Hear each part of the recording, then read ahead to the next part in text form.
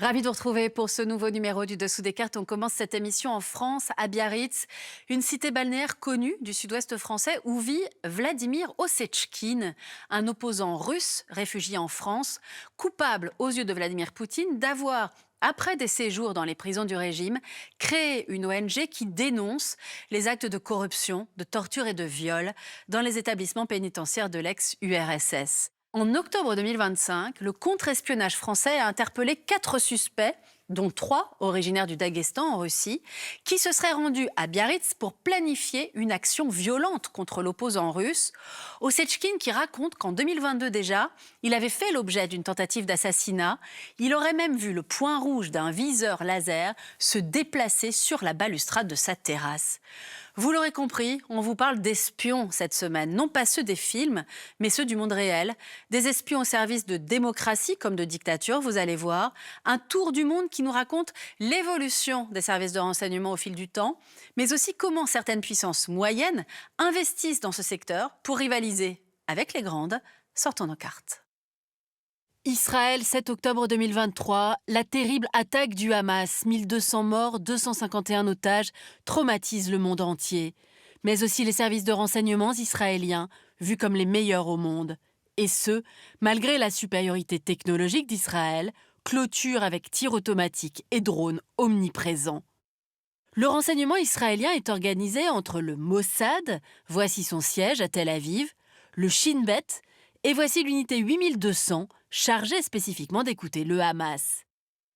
Le 7 octobre est une faille du renseignement, mais aussi une faille politique. Benyamin Netanyahou pensait avoir placé le Hamas sous contrôle et se méfiait de ses propres services. Or, le renseignement est inutile s'il n'est pas écouté par les dirigeants d'un pays. Informé, influencé, manipulé, chaque État possède ses services secrets, signes et outils de souveraineté et de puissance. Alors pour comprendre les spécificités de chacun, faisons un rapide tour du monde de ces acteurs de l'ombre. Direction d'abord les États-Unis, première puissance mondiale. À 13 km de la Maison-Blanche, voici Langley, siège de la célèbre CIA. Depuis 1947, la CIA est le bras armé de la politique étrangère américaine, mêlant UMINT, le renseignement humain, influence diplomatique et opérations clandestines. Non loin, voici la NSA, devenue depuis les attentats de 2001 le plus puissant service d'écoute et de cryptologie au monde, ce que l'on appelle le SIGINT. Omniprésente, la communauté du renseignement américain, 200 000 employés, compte 18 agences, dont le FBI, chargé du contre-espionnage. Budget officiel, 106 milliards de dollars. À présent, direction Moscou. Voici la célèbre Loubianka, siège du FSB, véritable État dans l'État. Ici se trouvait la Tchéka sous Lénine, le NKVD sous Staline, puis le KGB, où Vladimir Poutine a fait carrière. À la fin de l'URSS, le KGB disparaît et donne naissance au FSB pour le renseignement et la répression intérieure, y compris l'assassinat d'opposants. Voici le SVR pour l'espionnage, la désinformation et la guerre hybride. Enfin le GRU militaire, très actif en Ukraine. Effectif, plus de 213 000 agents, budget inconnu. Et je vous emmène maintenant à Pékin. Voici le ministère de la Sécurité d'État, non loin de la place Tiananmen. Le MSS est au service du Parti communiste et de l'espionnage extérieur, budget classifié entre 100 et 800 000 employés. La Chine applique une stratégie systématique d'infiltration et de vol des secrets industriels, aéronautique, télécommunications, intelligence artificielle. Alors qu'en est-il de la France? Voici le siège de la DGSE, Direction générale de la sécurité extérieure, au nord de Paris. Flouté par Google, mais pas par Yandex, son équivalent russe. La DGSE compte 7200 agents, avec une expertise particulière pour l'Afrique. Et voici maintenant la DGSI, à Levallois-Perret, 5500 membres en charge de l'antiterrorisme et du contre-espionnage. Cette dichotomie extérieur-intérieur se retrouve en Allemagne avec le BND et le Verfassungsschutz qui défend la constitution allemande. Enfin, le Royaume-Uni est célèbre pour son MI6, depuis les films de James Bond, voici son siège futuriste, le renseignement intérieur, MI5, non loin de Downing Street, et le JCHQ, qui surveille d'énormes flux d'informations et les échanges avec la NSA et les services canadiens, australiens et néo-zélandais au sein de l'alliance des Five Eyes. Alors, au-delà des grandes puissances, des puissances moyennes ont-elles aussi misé sur leurs services de renseignement pour soutenir leurs ambitions régionales? C'est le cas de la Turquie d'Erdogan. Voici le siège du mythe turc, surnom la forteresse. C'est d'ici qu'Ankara lutte contre le PKK kurde, aide les rebelles anti-Assad en Syrie ou encore traque les opposants d'Erdogan jusqu'en France et en Allemagne. Arrêtons-nous maintenant en Iran, à Téhéran, où les services iraniens forment et arment les milices chiites du Liban, de Syrie et d'Irak et trouvent des relais jusqu'en Afrique et en Amérique du Sud. Citons encore les services de renseignement des Émirats, très actifs au Yémen, en Libye ou au Soudan, ceux de Serbie, proches de Moscou et de Pékin, très présents dans les Balkans. Et enfin ceux de Cuba, d'Égypte, du Pakistan et de Corée du Nord, pour qui le renseignement est également vecteur de puissance. L'essor de ces services remonte à la guerre froide.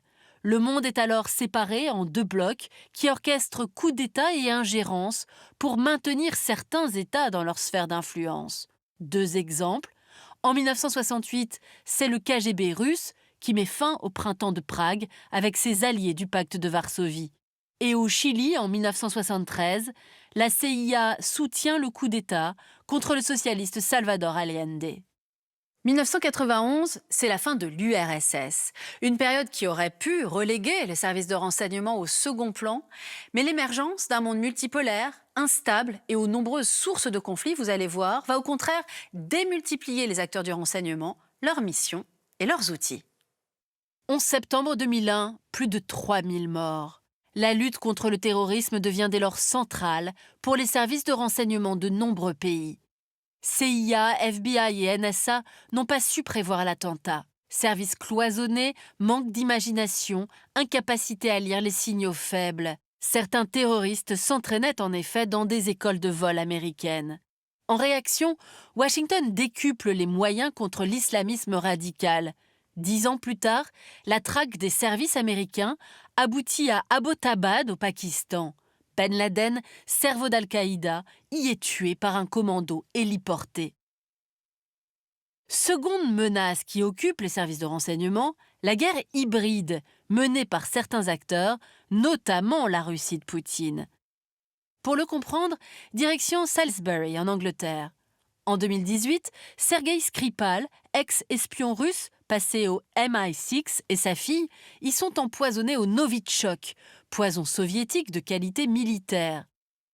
L'enquête des services anglais et du site d'investigation Bellingcat démasque 3 agents du GRU déjà actifs en Ukraine, en Bulgarie, en Transnistrie et au Monténégro. Ces opérations russes en Europe sont difficiles à contrer, car elles n'atteignent jamais le stade de la guerre ouverte. Mais ces opérations ont triplé entre 2023 et 2024. Depuis l'affaire Skripal, on compte de nombreuses attaques contre des transports, des câbles sous-marins et des ports, le sabotage d'installations énergétiques, de sites militaires, notamment en Belgique, Allemagne, Roumanie, des assassinats réussis de dissidents russes, des assassinats ratés aussi, comme celui du PDG allemand des usines d'armement Rheinmetall, sans oublier le survol par drone de sites sensibles, notamment Pologne, Allemagne, Pays-Baltes, Belgique, Danemark, avec toujours le même objectif, tester, intimider et déstabiliser les Européens. Troisième menace, cette fois mondiale, qui occupe les services de renseignement, la lutte contre la prolifération d'armes de destruction massive. Exemple, le programme nucléaire iranien à Natanz. En 2010, les États-Unis et Israël parviennent à ralentir son enrichissement d'uranium grâce au virus Stuxnet qui sabote des milliers de centrifugeuses. Cette stratégie incitera Téhéran à négocier avec l'Occident en 2015.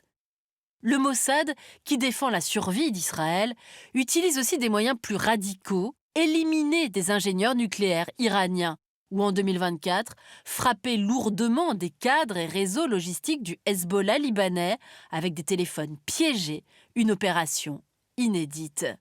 Enfin, il y a désormais la cyberguerre. Elle permet aux services de puissance moyenne de rivaliser avec les grandes. Pour le comprendre, direction Pyongyang, en Corée du Nord. Le bureau 121 nord-coréen a déclenché depuis 2014 des cyberattaques régulières qui paralysent médias, banques ou systèmes d'armes de la riche et très connectée Corée du Sud.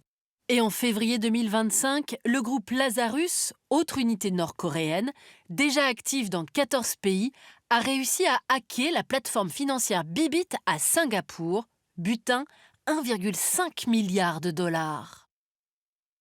Voilà pour ce tour du monde des espions. On l'aura compris, leurs missions et leurs moyens ont évolué avec le temps et les nouvelles technologies.